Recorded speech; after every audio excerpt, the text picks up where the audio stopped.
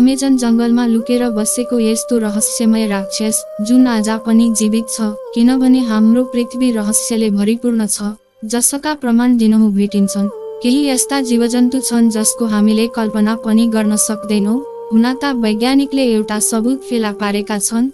वैज्ञानिकको भनाइ छ कि अमेजनको जंगलमा मानव जस्तै दानव भेटिएको छ। त्यो दानव 12 फिट अग्लो थियो।